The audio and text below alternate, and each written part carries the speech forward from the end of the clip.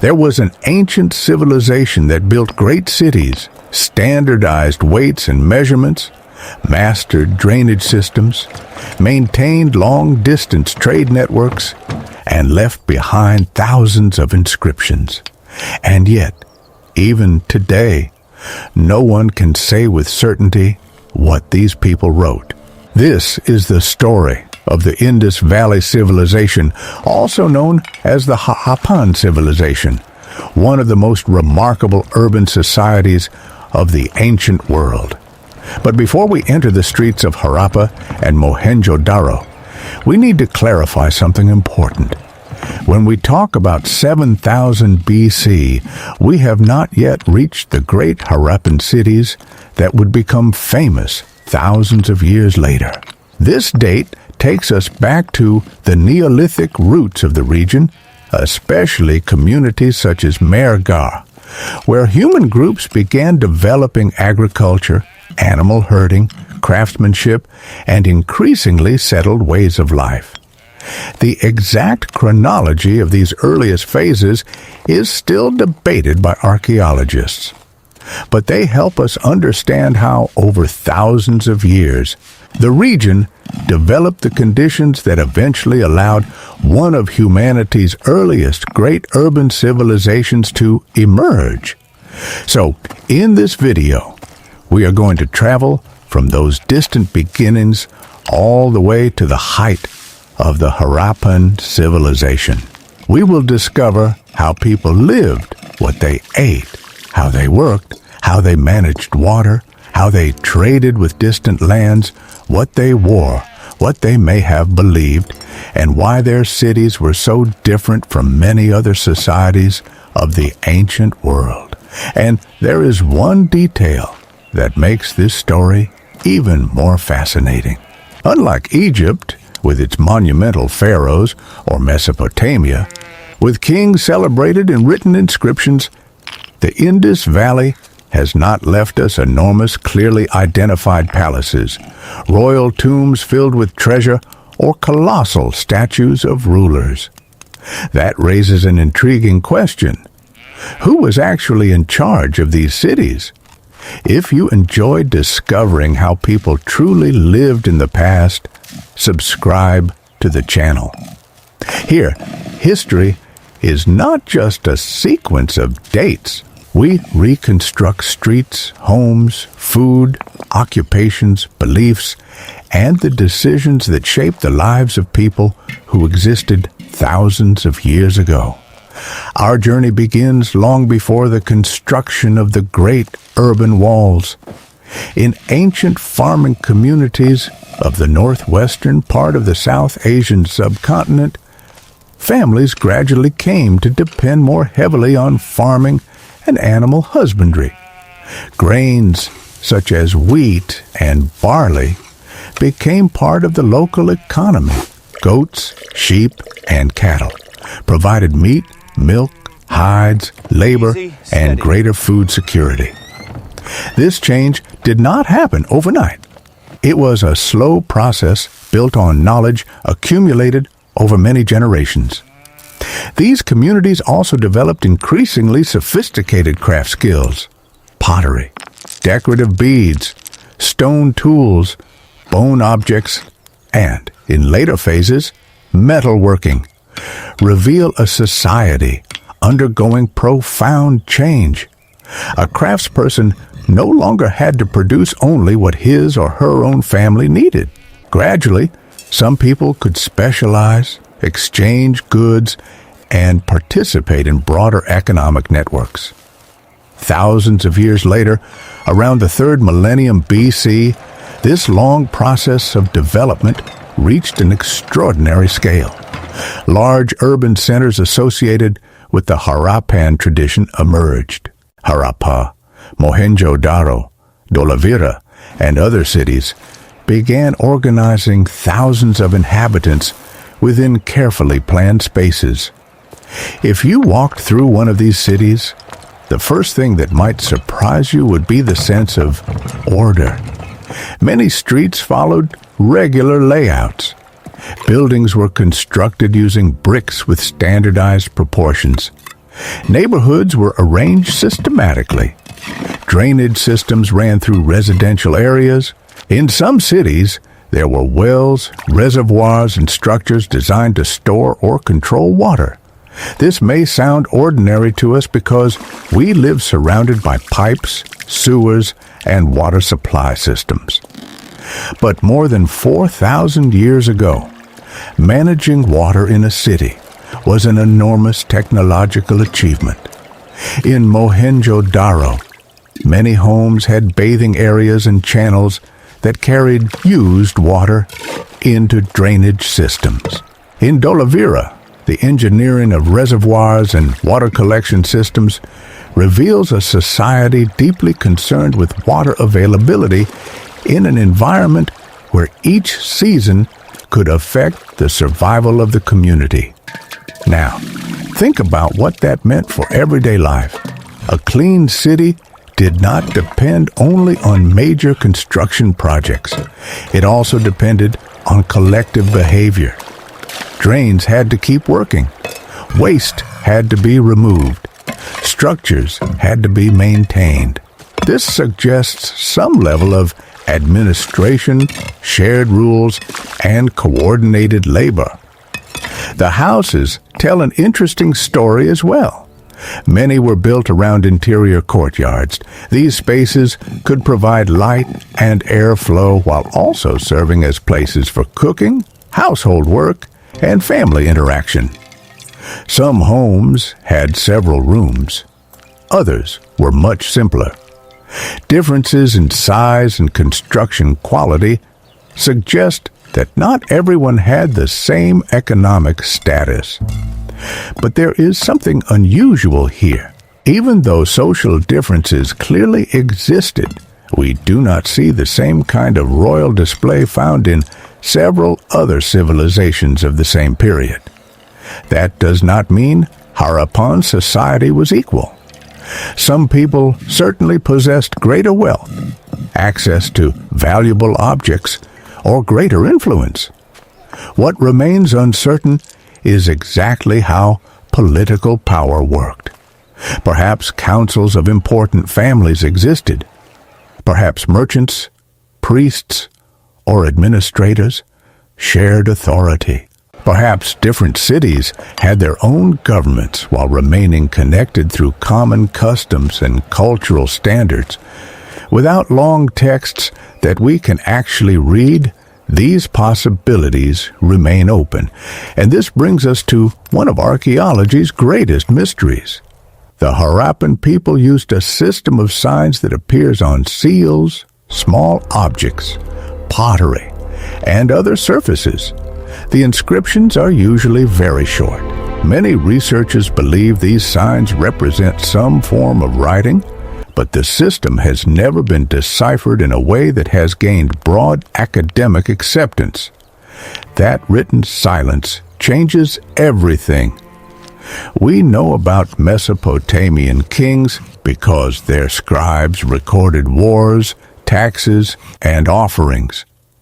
We know the pharaohs because their names were carved into temples and tombs.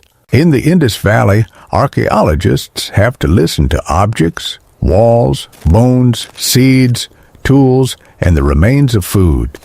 It is like trying to reconstruct a city after everyone has left and every book has disappeared. Seals are among the most famous objects produced by this civilization. Many were made of steatite and feature animals, symbols, and inscriptions. One recurring image shows a single horned animal, often called a unicorn, although it most likely represented a symbolic creature or an artistic convention. Other seals show bulls, water buffalo, elephants, rhinoceroses, and various figures. These objects may have been used to identify owners, goods, workshops, or people involved in transactions. They may also have served ritual or administrative purposes. The fact that similar styles appear across different regions shows that some kind of shared visual language existed. Trade was an essential part of Harappan life. Merchants operated across an enormous territory, connecting cities, villages, farming zones, coastal regions, and mining areas. Raw materials traveled hundreds of miles. Copper, semi-precious stones, shells, timber, and other materials supplied specialized workshops. There is also evidence of contact between the Indus world and Mesopotamia. Mesopotamian texts mention a region called Meluha, which scholars often associate with the Indus civilization. Objects and materials discovered in different regions show that maritime and overland trade routes connected distant communities. Now picture a Harappan merchant preparing a shipment. That person would need to understand weights, quantities, product quality, and reliable trading partners. The civilization used highly standardized systems of weights. Small stone weights found across different settlements show that measuring goods was an important part of commercial transactions. Standardization is a powerful clue. When distant cities use similar bricks, compatible weights, related seal styles, and recognizable urban practices, some form of integration clearly exists. It does not necessarily mean there was a centralized empire. It could represent networks of authority, trade, tradition, and shared knowledge. So what did these people eat? Diet varied by region and period, but it included grains, legumes, fruit, animal products, and locally available resources. Wheat and barley were especially important in many areas. There is evidence for the herding of cattle, sheep, and goats. Archaeological studies also show the use of dairy products in parts of ancient South Asia. Fish and other aquatic resources could supplement the diet in suitable regions. A Harappan family's kitchen would have looked very different from a modern kitchen, but the basic human logic was the same. Ingredients had to be turned into meals. Food had to be stored. Water had to be carried. Children had to be fed. Resources had to be used before they spoiled. Pots, bowls, jars, and hearths were part of that everyday routine. Work occupied much of the day. Farmers planted and harvested crops. Herders cared for animals. Fishermen worked rivers and coastal areas. Potters produced containers. Craftspeople made beads, shell objects, metal pieces, and ornaments. Builders maintained homes, walls, streets, and water systems. Merchants moved goods from one region to another.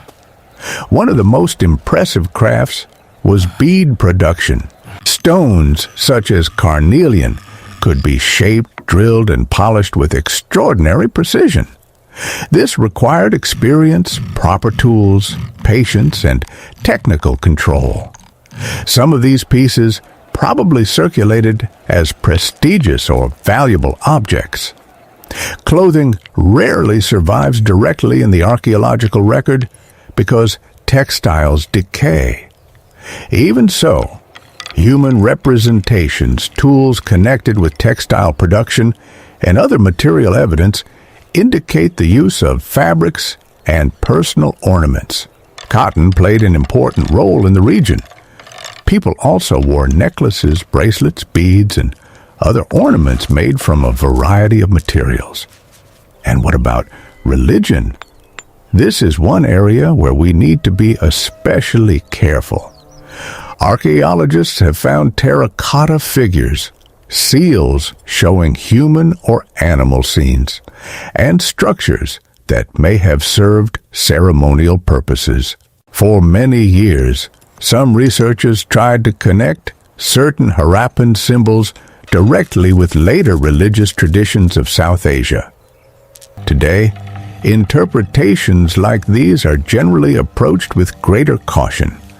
Because we cannot read Harappan texts, we cannot confidently name their gods, describe their myths, or explain how worship was organized.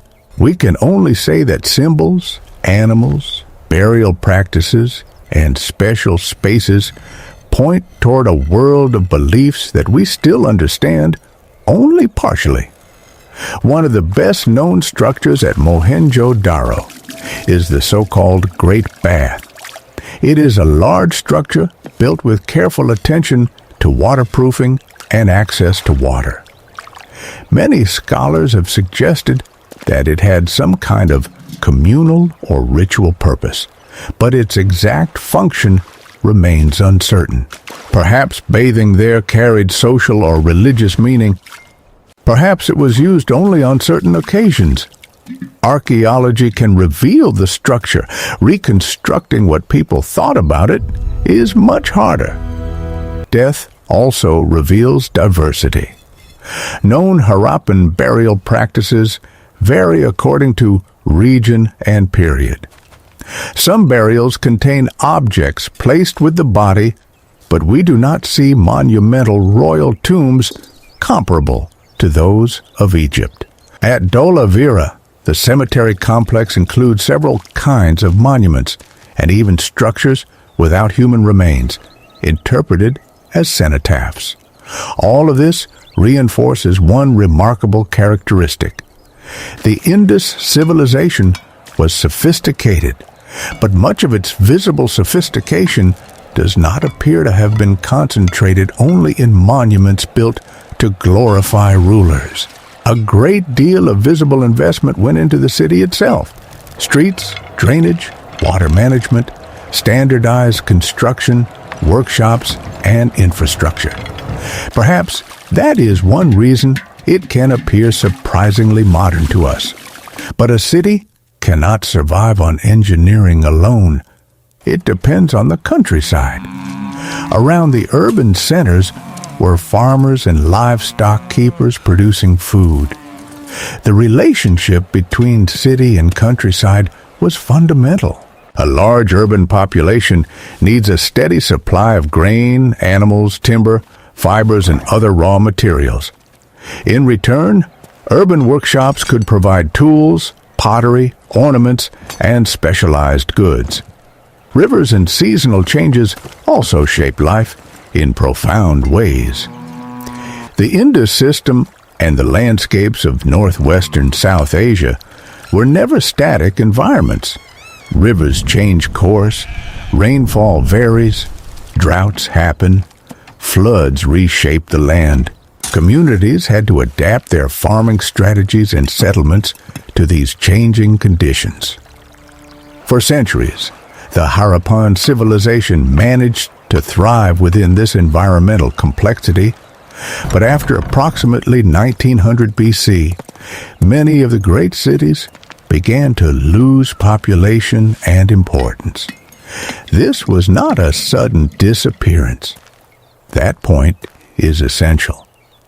The older idea that the civilization was destroyed all at once by invaders does not adequately explain the evidence we have today. What archaeologists see instead is a process of transformation. Trade networks changed, settlement patterns shifted. Some regions were abandoned or lost population, while others received new inhabitants. Climatic and hydrological changes probably placed additional pressure on farming and water supplies. Rather than picturing a city that woke up one morning and simply came to an end, it is more accurate to think about generations facing different difficulties. A family might notice that harvests were becoming less predictable. A merchant might discover that old trade routes were no longer as profitable. Craftspeople might follow customers into other regions. Young people might leave old cities in search of new opportunities. The urban civilization changed, but the people did not disappear. They migrated, adapted their practices, reorganized their communities, and continued living across South Asia. That is why the word end can be misleading. The end of one urban pattern is not the end of a population. And now, we return to the central question. How did the people of the Indus Valley live? They lived in a society where urban planning and domestic life were deeply connected. Many families lived in homes organized within neighborhoods, used ceramic containers, prepared food from agricultural and animal products, wore ornaments, worked in specialized occupations, and depended on complex exchange networks. They lived in cities where water was treated as a collective concern. Wells, drains, bathing areas, and reservoirs show that water supply, cleanliness, and storage were important urban priorities. They lived in an economy that reached far beyond the horizon. Goods, raw materials, and ideas traveled by land and sea. An object made in one workshop could eventually arrive hundreds or even thousands of miles away. They also lived in a world of symbols that we still cannot fully understand. Their seals carry silent signs. Their engraved animals seem to communicate identities or messages that have been lost. Every new archaeological discovery adds another piece, but the puzzle remains incomplete. Perhaps it is precisely this silence that makes the Harappans so fascinating. When we look at a street in Mohenjo-Daro, we recognize something familiar. Doors, walls, courtyards, drains, stairways, and neighbors living side by side. When we see a small stone weight, we can picture someone calculating a transaction. When we look at a drilled bead, we remember the craftsperson who had to hold it, measure it, drill it, and polish it. When we find a toy, we remember a child. For a few seconds, the distance of 4,000 or 5,000 years becomes smaller. But we also have to respect what we do not know. We do not know what these people called themselves. Harappan is a modern name derived from the archaeological site of Harappa. We do not know which language was dominant in the great cities. We do not know the names of their rulers with certainty, whether they had kings at all, or the details of their religion. And perhaps the greatest secret is still sitting right in front of us: the Indus script. If it is ever convincingly deciphered, we may discover names, titles, goods, rituals, places, or ideas that remain invisible to us today. Questions archaeologists have been asking for more than a century may finally receive answers. Until then, the story has to be reconstructed patiently. The Harappan civilization teaches us that a society does not need to leave behind gigantic pyramids to demonstrate complexity. Sometimes its greatest achievements are more subtle. A well-planned street, a working drainage system, a reservoir filled before the dry season, a weight that allows goods to be measured consistently, a workshop capable of producing delicate objects, and a network of cities sharing common standards across an enormous territory. And when we return to the roots, to the farming communities that appeared thousands of years before the urban peak, we realize that no great civilization appears fully formed. It develops slowly. Each generation inherits techniques, solves problems, expands networks, and passes knowledge forward. From small villages to great cities, that transformation took thousands of years. The year 7000 BC, therefore, should not be understood as the date when Harappa itself appeared. It is better viewed as a window into a much older past, when communities in the broader region were developing ways of life that, through many changes, interruptions, and adaptations, became part of the long history that preceded the Harappan world. That distinction matters because it makes the story even more extraordinary. We are not describing a sudden leap from village to metropolis. We are looking at human experience accumulated over thousands of years. And perhaps that is the best way to understand the people of the Indus Valley. Not as a distant mystery made only of ruins, but as millions of human decisions. Someone chose where to build a house. Someone cleaned a drain. Someone traded a precious stone. Someone taught a child how to shape clay. Someone watched the sky and waited for rain. Someone closed the door of a home at night without ever imagining that thousands of years later we would try to reconstruct that person's life. They did not know they would one day be called Harappans. They did not know their inscriptions would become one of archaeology's greatest mysteries. They did not know their cities would be excavated, photographed, and studied by researchers from around the world. To them, this was not ancient history. It was simply life. If this journey into the Indus Valley helped you see this civilization differently, subscribe to the channel and follow the next videos. There are still countless ancient cities, forgotten peoples, and archaeological mysteries waiting to be reconstructed. And the next time you hear the names Harappa, Mohenjo-Daro, or Dolavira, remember that behind those ruins was a society of farmers, craftspeople, merchants, builders, children, and families that created one of the most sophisticated urban networks of its time. A civilization with no known pharaohs, no clearly identified kings, and a writing system that still remains silent, but whose cities continue to speak